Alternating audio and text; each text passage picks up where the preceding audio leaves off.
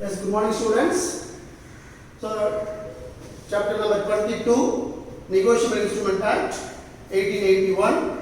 The topic is types of negotiable instrument. So, this is the last topic in this lesson. There are 10 important types of negotiable instrument. Number 1, bearer instrument.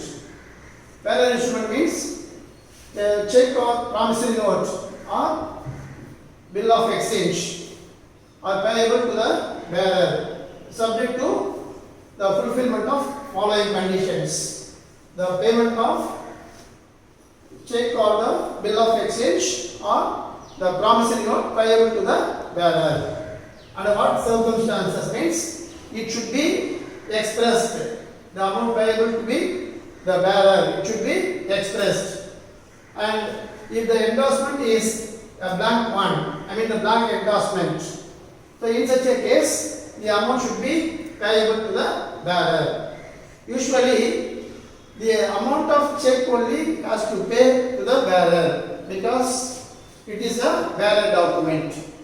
So the amount of check payable to the bearer in case of check, but in case of bill of exchange and promissory note should be payable to the bearer if it is the blank endorsement. The bill of exchange and the promissory note should be payable to the bearer means only if it is a blank endorsement, not in other circumstances. So normally the amount of check payable to the bearer, but in case of bill of exchange and promissory note should be payable to the bearer only if it is a blank endorsement. So this is bearer instrument. Second one, order instrument. Order instrument in the sense the amount of bill of exchange or check or should be or promissory note should be payable to the order of the person. For example, pay to Swati or pay to order of Swati. These are the example for the order instrument. Amount should be payable to Swati or to her order. The order is mentioned.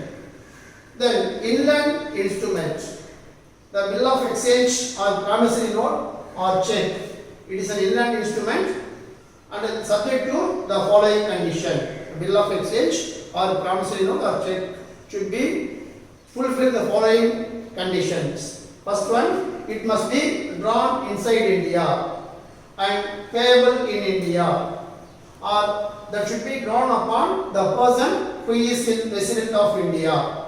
So the inland instrument which should be fulfill the following conditions. Subject to the condition, it must be drawn, the bill of exchange must be drawn and payable inside India or within India, and the bill of exchange drawn on the person who is the resident of India, the first condition. The second, for example, the bill is drawn on the merchant of Chennai and as accepted payable in Mumbai. Accepted and payable in Mumbai is one of the example for inland instrument because the bill has drawn on the merchant of Chennai, accepted and payable also in Mumbai, that is within India. So it is an example for inland instrument. Any instrument which is drawn in India and accepted and payable in India, it is said to be inland instrument. And also any instrument which is drawn upon a person who is a resident of India is also called an inland instrument. The next one, foreign instrument. Foreign instrument in the sense if any instrument which is not inland instrument, that is known as foreign instrument. That is any instrument which is not inland instrument. Other instruments are called a foreign instrument. That is the bill of exchange or any promissory note drawn and payable foreign citizen, drawn and payable in foreign country, and the bill is drawn upon the citizen of foreign country. So which is known as foreign instrument.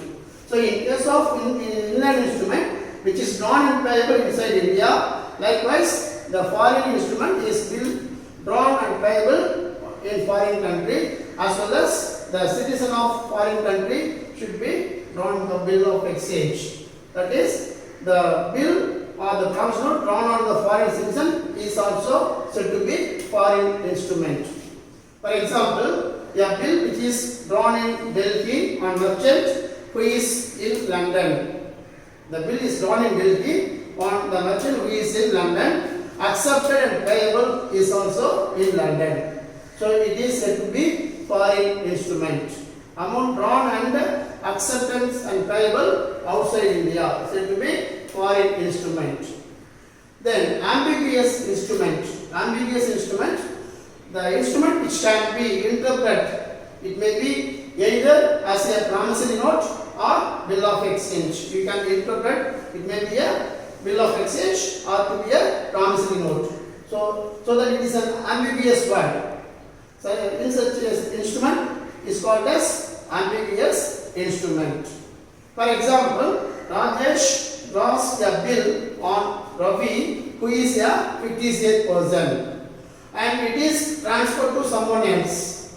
So it is not very clear about the instrument. Rajesh draws a person on Ravi, he is a fictitious person and the same should be transferred to someone else. It is not very clear about the endorsement on the drawee also. So that it is said to be ambiguous instrument. The instrument which can be interpreted either bill of exchange or promissory note. Then it is said to be ambiguous instrument. The next one, insured instrument. When an instrument is incomplete regarding some respects, or insured instrument is an incompleted one in some respects. For example, Suresh signed and delivered the unstamped blank endorsement promissory note to Mr. Subhash. It is incompleted one.